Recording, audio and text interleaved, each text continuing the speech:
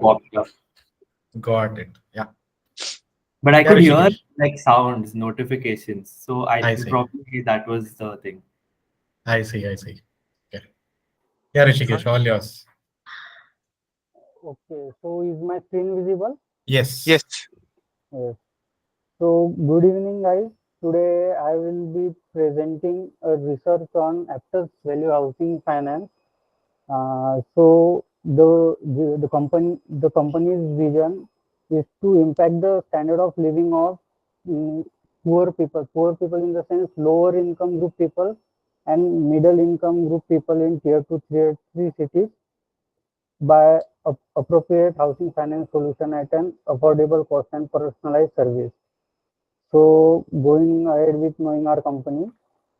So this company was founded by Mr. M. Anandan, who spent 31 years with Murgappa Group from management trainee to MD of Cholamandalam. He was the first non-family member of group to become director and also MD. So as we can see, he was executive director between 97 and 2000, managing director from 2000 to 2006 of Cholamandalam Investment Finance. He was also MD from 2006 to 8 of Cholamandalam MS General Insurance. So what is his story is he loves to be an entrepreneur. So leveraging his freedom at helm, so to carry out his entrepreneurial spirit, he promoted and invested in various businesses like wealth management, AMCs, insurance, etc.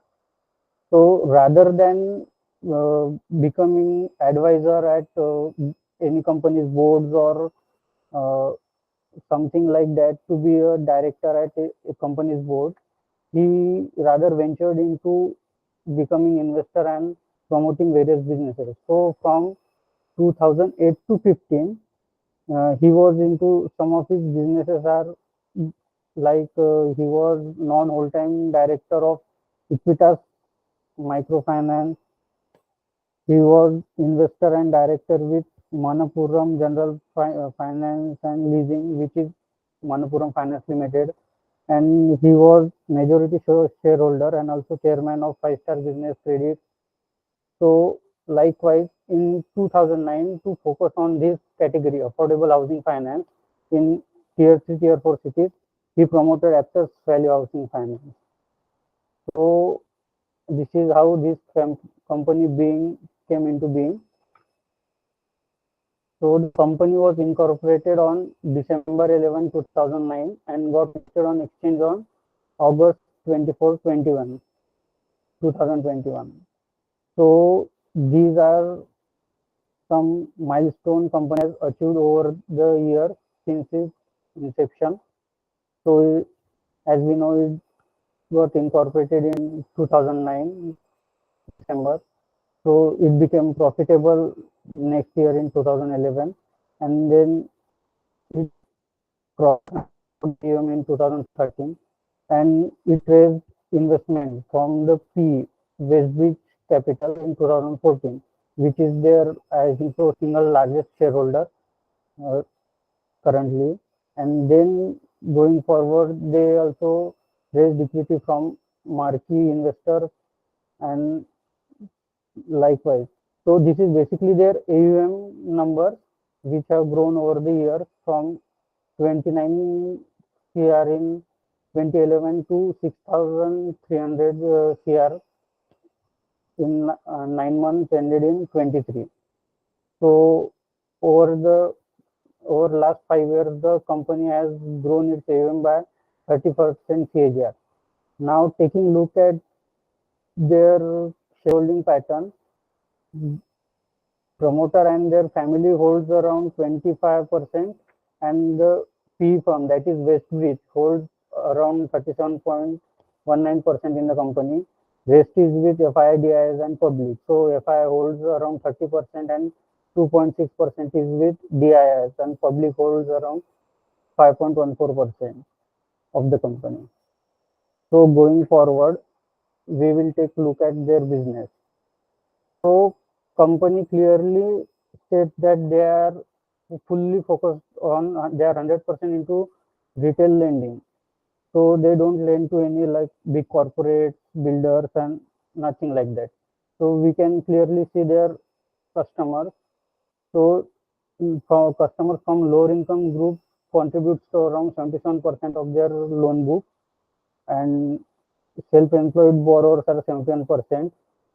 So majority of their lending is to like this kind of self-employed borrowers,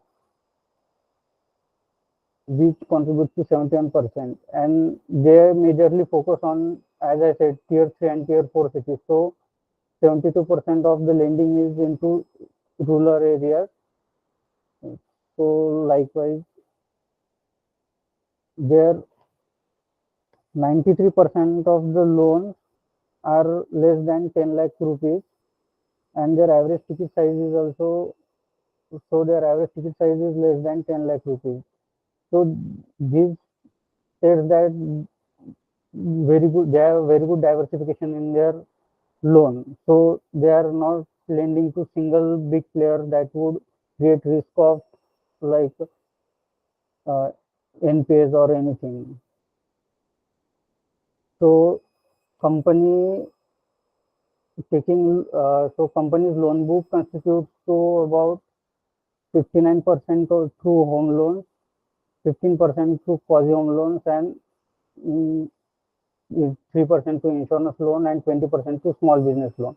So company mainly focus on these two categories, that home loans and small business loan. These are the major two categories which company focuses on, and they are planning to be in these two categories only. They don't want to uh, shift their focus on other businesses. So these are their major businesses, the home loans and small business loan. So this quasi home loan is also kind of home loan only, but they, due to some regulatory requirement, they are not considered into home loan, but they are basically home loans given to under construction projects or under construction houses or something like that. So talking about their geographic presence, company targets to affordable housing market in southern states of India. So companies was present in 4 states uh, until last year, but this year they expanded their presence in Odisha as well. They have one branch in Odisha this year.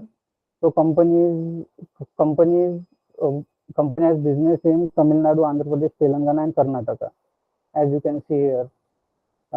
So in Tamil Nadu, as companies based out of Tamil Nadu, so they are having most of the branches in Tamil Nadu state.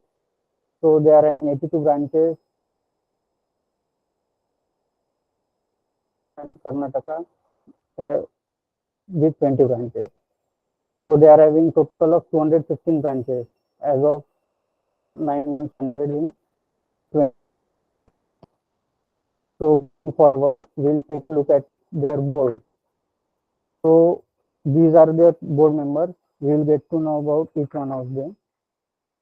So Mandan, we know that he's co-founder, and we talked about he has over 4 decades Sorry to experience. interrupt, Rishikesh. This,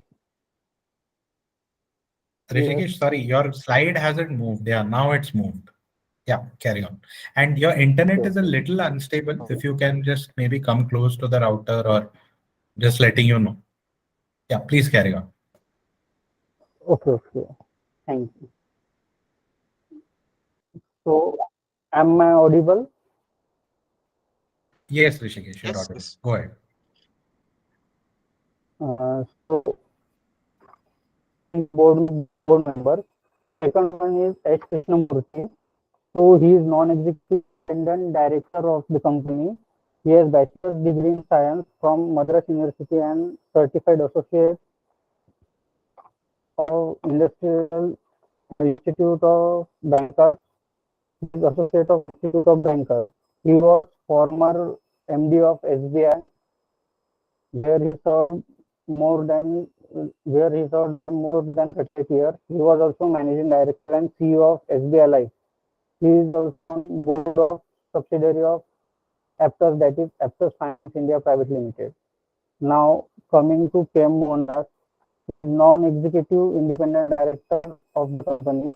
He holds bachelor degree in science from Madras University. He is also assistant of Institute of Chartered Accountants in India. He has obtained 3 decades of experience in financial services industry and also on board of subsidiary. Now about Krishnamurthy Vijayan. He is also non-executive independent director of company. He holds bachelor degree in commerce from Bilaspur, also Master of Arts from Bilaspur University.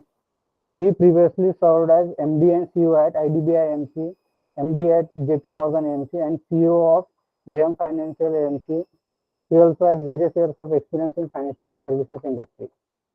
Now coming to Mona, she is non-executive independent director of the company. She holds postgrad diploma from in business management from XLR Jamshedpur. She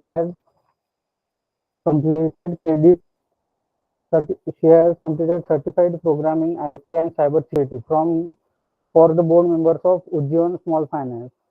She has previously worked with Citibank and Caption Advisory and has various years of experience in financial services industry. She is on board of Ujjivan Finance and Impact Investor Council. Now coming to VG Kannan. He is also non-executive independent director of company. He holds bachelor degree in business administration from Madras University and master's degree in business administration from Madras University. He is career banker with 38 years of experience in banking services. He has handled several leadership positions with SBI and its subsidiaries group as MD of SBI. He is on board of Small Financial Bank, Aegis Federal Insurance, and OCM Industries. Now Shailesh Mehta. He is non-executive director of company. He has bachelor degree from IIT. He is BTech from IIT Bombay and Masters of Science from Western Reserve Union. He is operating advisor at Westbridge Capital. He currently serves at board of Inter Alia, Safari Industries, and Manappuram Finance, India Shelter, and Vista Financial Services. So now coming to Sumir Chadda. He is non-executive nominee director from Westbridge. He is representing Westbridge Investment, Westbridge Capital here. He is co-founder of Westbridge Capital. He has several years of experience in investment industry. He was director of Secure Capital. He is currently serves on board of Star Health, Allied Insurance, Mountain Managers, and Kuhu and Vistar Financial. Now coming to Chetan Raj. He is also non-executive nominee director of company. He was co-founder and MD at Westbridge Capital. He has several years of experience in investment industry. He currently partner at Vemi Bay Advisor. Now coming to the last director, Suman Bolena. He is non-executive director of company. He holds bachelor degree from BITS and Global MBA from SBJ Center of Management. He has over 10 years of experience in layout, design, construction, and sale of apartments. He is also board member of Aptus. There is just one subsidiary of Aptus, that is Aptus Finance India Limited, which is material subsidiary, that is company wholly owns the subsidiary. 100% is owned by the Aptus. So coming to their management, Balaji P is executive director and CFO. He joined them since he is with them since we can say inception. In 2010 he joined.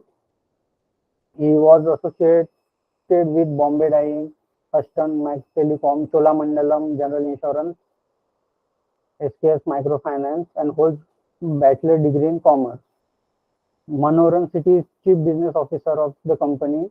He has over 18 years of experience in finance industry. He also joined in 2010. Prior to joining Aptus, he was engaged with Canfin Homes, Diwan Housing Finance, and he has experience in channel management, credit, housing finance industry across sales. Now coming to Chief Risk Officer of the company, Mr. John Vijayan Rappai, CRO of company. He has 25 years of experience in financial services industry.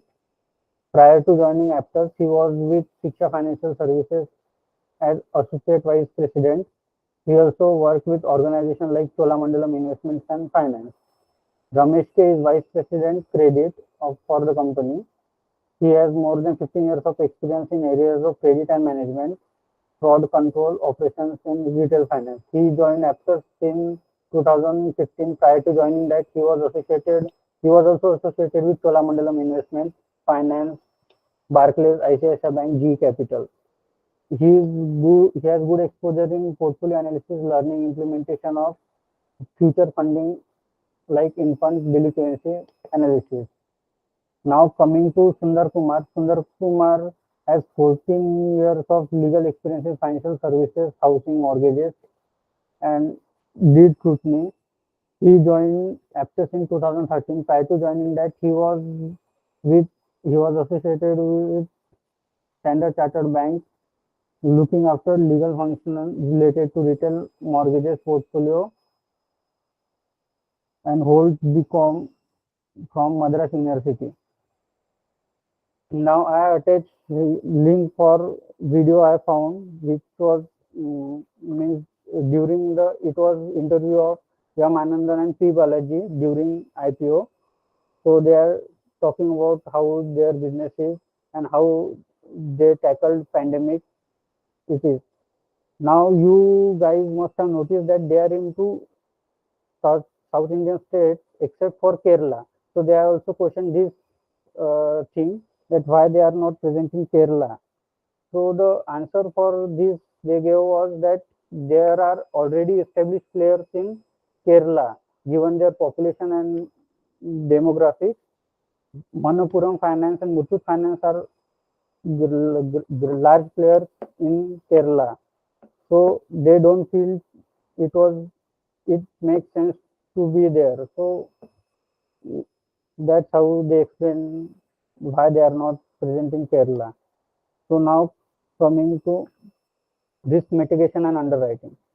So IL&FS crisis. The company said they had minor impact during NBFC crisis. So during NBFC crisis, the main problem was of liquidity risk the NBFCs had, and the interest rate risk because of asset liability mismatch. The company IL&FS had very bad asset liability mismatch, due to which they were into this condition. And due to tight liquidity in debt market, these housing finance companies were focusing on long tenure loans, resulting in increased borrowing costs. So we can clearly see here from FY 18, 19, 20, we can see the spike during that period in cost of borrowing, and then the borrowing cost came down. They were able to bring it down to around 8% now. So the company mentioned that liquidity risks are managed through monitoring ALM, and the interest rate risks are managed through monitoring the maturity profiles of borrowings and advances. So and they also mentioned the interest rate sensitivity, like 3.35 crore increase or decrease in interest cost for 50 basis point increase or decrease in the interest rate. So this is to give the picture that what would be the cost if the 50 basis point increase or decrease in their interest cost. So company has mentioned that they were able to secure the borrowing as planned. So their focus was mainly on securing the long-term borrowing. So company said that from debentures, the average tenure was around 7 years, and from banks they are securing loans of tenure 6 to 7 years tenure loans they are securing. I don't know, but their lending tenure is around 10 to 15 years, but their borrowing tenure is around 6 to 7 years. So it is matching the ALM or not. I don't know, but they have to dive deep into that. No, there are no short-term borrowings, including commercial paper. So this is good thing for company. They are having no short-term borrowings. As I was able to see, there were no rights for change in management during the crisis, and from regulatory side, there were no warning from RBI or SEBI as such. So going forward into forensics now, the overall forensic score for this company came out to be 87%, 20 out of 23 points. So these are some parameters I chose to present. So promoter skin in the game, so the promoter is holding 62.21%, including the stake of West Beach. So second point, promoter percentage of personal net worth. Currently, I was not able to get any his ownership in any other companies, but as I mentioned, he had history of ownership in various companies. Like he was promoter and director of Equitas, and he was also investor and director of Manappuram. So in Manappuram, he had 7,55,000 shares during during 2012. So till 2012, he was director at Manappuram. So I was able to get his holdings in Manappuram till that period. So I don't know whether he's holding them today or not. So that's the point of concern. I don't know.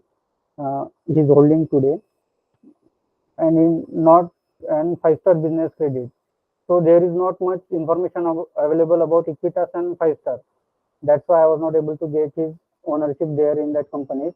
Board quality, that percentage of independent director, so it is well above 50%, excluding nominee directors. If we include them as well, then it goes well above 50%. So now the fourth point is, are they having relevant experience or not? So most directors are into financial services sector. I don't think so that is a problem, but there is no diversification as such in their board of directors. And as Nirvan also mentioned, the two directors are young with low experience.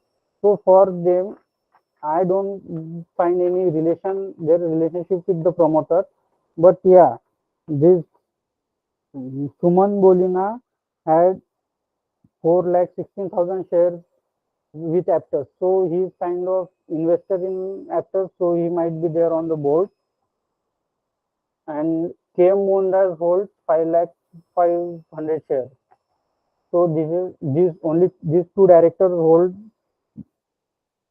some shares in company. So is auditor a large and well-known firm? Yes, Mr. T.R. Chadda is their auditor, and it falls into top 20. Related parties to sales ratio is 34.7%, but it is due to their lending to its subsidiary. So it is due to that. So does company pays rent to its promoter? Yes, to Mr. M. Anandan, but it is 8 lakh rupees, so it is negligible kind of thing. Does company pay loans or receive loans from promoter? Yes, it gives loans to its subsidiary. That is not a concerning thing. I just highlighted this to get my attention over here, but that I don't think so. It is a concerning thing. How much dilution of equity has happened in 10 years? It is 26.49%, but not in 10 years. It is in last 7 years. So since data is available only for 7 years. I will take a sip of water. Sorry. Sure, Rishikesh. Your internet connection is much better now, so we are able to hear everything. Thanks. So going forward, we will take a look at their key metrics. So time series analysis over the period of year, how is company performing? So as we have seen in previously, their AUM grew by 51.28% CAGR since inception and 30% in last 5 years.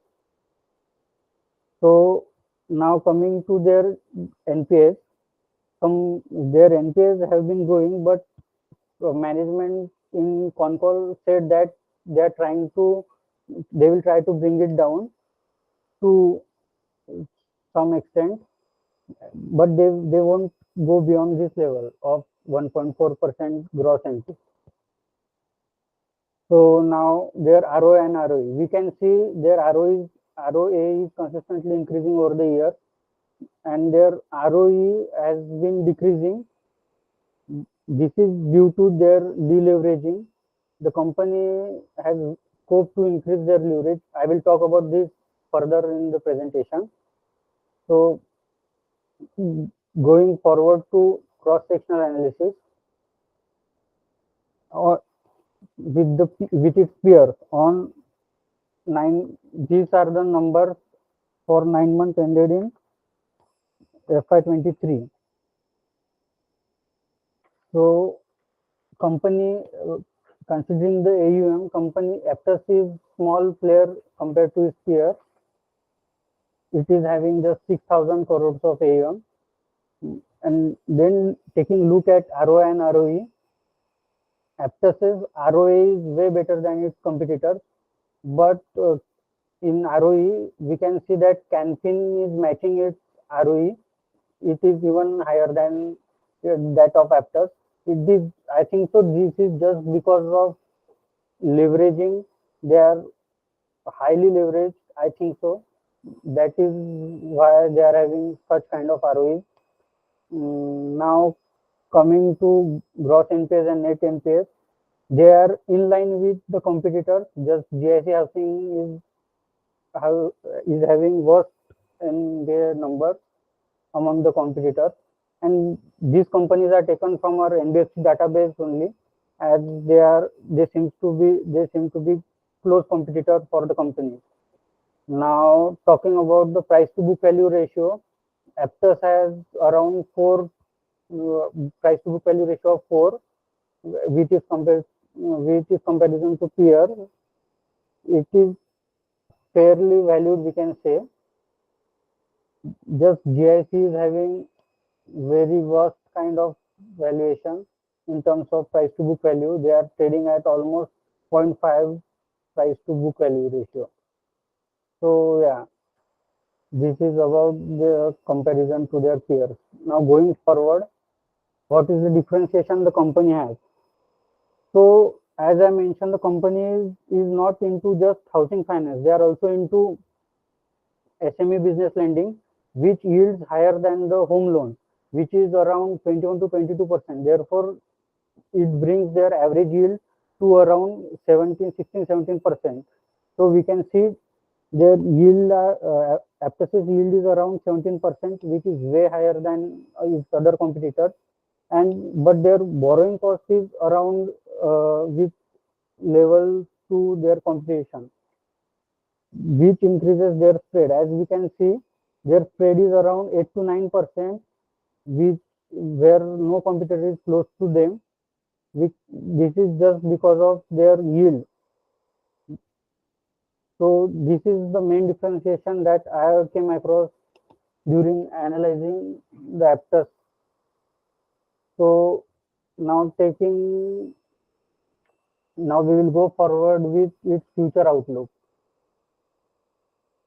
Now the management has given commentary that they will continue to grow their loan book by 25 to 30% by increasing the branches in existing states and adjacent state as well. And they will increase their leverage to 4.4x or 5x. So this is what I was talking about. this company is not that leveraged, means they are deleveraging themselves. As we can see here in this graph of debt to equity, the debt to equity was around 1.5 in FY18, which they came down to like around 1.18, and below 1 in FY22. This was good move during pandemic. They had like conservative approach towards looking at it, but now they are saying they will increase their leverage to 4x or 5x, which in turn will increase their ROE further. And they will continue to be in home loan and SME business loan, and they are having no plans to diversify into other products. They have clearly mentioned that. And they are planning to increase their average ticket size from 8 lakhs to around 9 lakhs or 10 lakhs, which will in turn increase their distribution by 10 odd percent. So this is all from my side. Thank you. You are open. I am open to any questions from you guys. Thank you. No, great presentation. Thank you so much. Yeah, thanks, Rishikesh. Lovely presentation. So I have one question, Rishikesh. I mean, great presentation. I have noted down my detailed feedback. It's more than feedback. It's about basically questions that I want to know more about the company. But one thing, if you have any view right now, they are right now at 2.2x leverage. Okay, debt to equity is 1.2x. So the leverage as an assets by equity is around 2.2x, and they plan to double this. So Yes.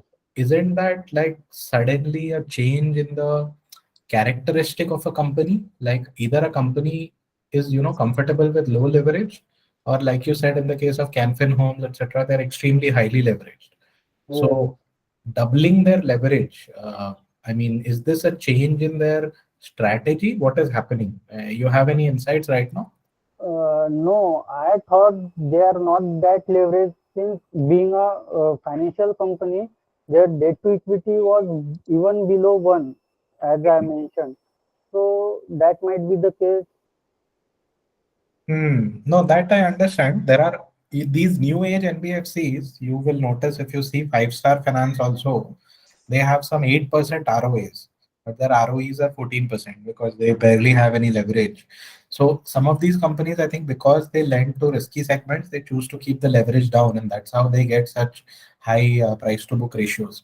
Because the markets like low risk, right? The ROA is so high. That's why Kotak Mahindra bank also gets such rich valuations. So just curious.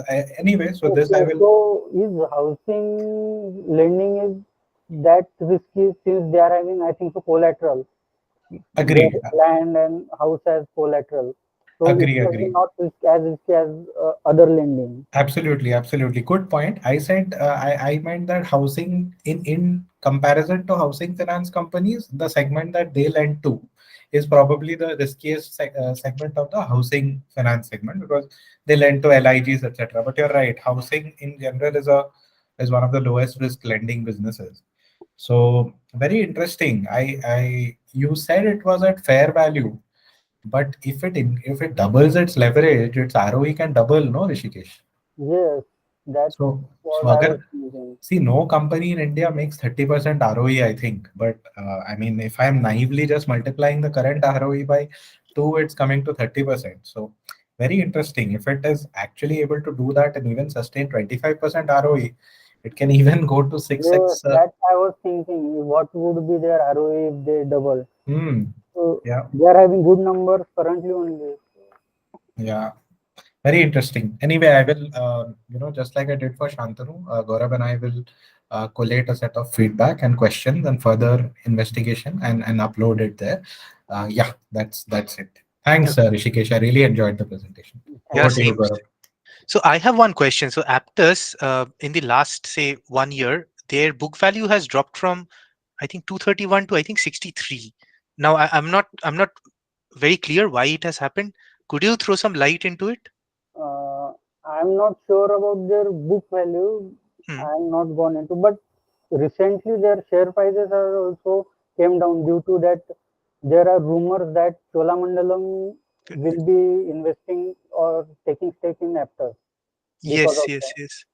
So what happened? I mean, there are two things. I was actually looking at the chart for Aptus. You can see my screen, right? So Yes. I think this is the week where there was the rumor of Cholamandalam trying to take over, and then there was a huge buying, and then Cholamandalam gave a clarification that they are not buying. Yes. Plus, on top of that, all the banking related issues that is coming, due to which there's been a little bit of bad condition. Yeah, so that's probably the reason why there's So such a Gaurav, large. the answer to your book value question, it's basically last 3 years you're comparing. So that's Hmm, pre-IPO to post-IPO. So they issued a chunk of shares in the during the IPO. So the per share book value, that's why it dropped. right. But the book value, if you look at the balance sheet, that has Yes, consistently yes, been that's increasing. what I was thinking. There Ah, was okay, no okay, change okay. as such in their balance sheet. Yeah, so balance sheet equity has been increasing. So I think that must be the reason, Gaurav, because the shares must have multiplied by 3-4 times after the IPO. Right, right, right. That could be the Yeah, reason. this price action was my other question actually. It's very interesting. I didn't know about this Cholamandalam news. Very interesting. And also, they are having great connection with Cholamandalam. As I discussed, mm, major like 2, 3 of their team KMPs are from Cholamandalam. That they had history Yeah. with Cholamandalam, and Mr. Anandam was also with Cholamandalam. Yeah. The only question in my mind is Cholamandalam versus Westbridge. Will it be a fight or will it be a collaborative kind of partnership? So, but very interesting. I mean, this is definitely got up one company at even at close to 4x BB where we can investigate further. I also think the same, but because Yeah. this Cholamandalam thing happened in March 8, I think. I was looking at the clarification. So I think this is why this thing happened, and then along with the banking stuff, this happened. But still, there is a lot of buying interest. If you see on 10th Yeah. March as well, 10th, 11th. So Yep. Very interesting. with all the negativity around, the stock keeping strength, that's a good sign, I guess. Yeah, definitely. Okay. So Gaurav, shall we move on to the Yes, sister yes, please. company now? Yes, yes, Kunal please. is going to present. Yes, please. I'll stop recording once and then Yeah, again re-record. sure.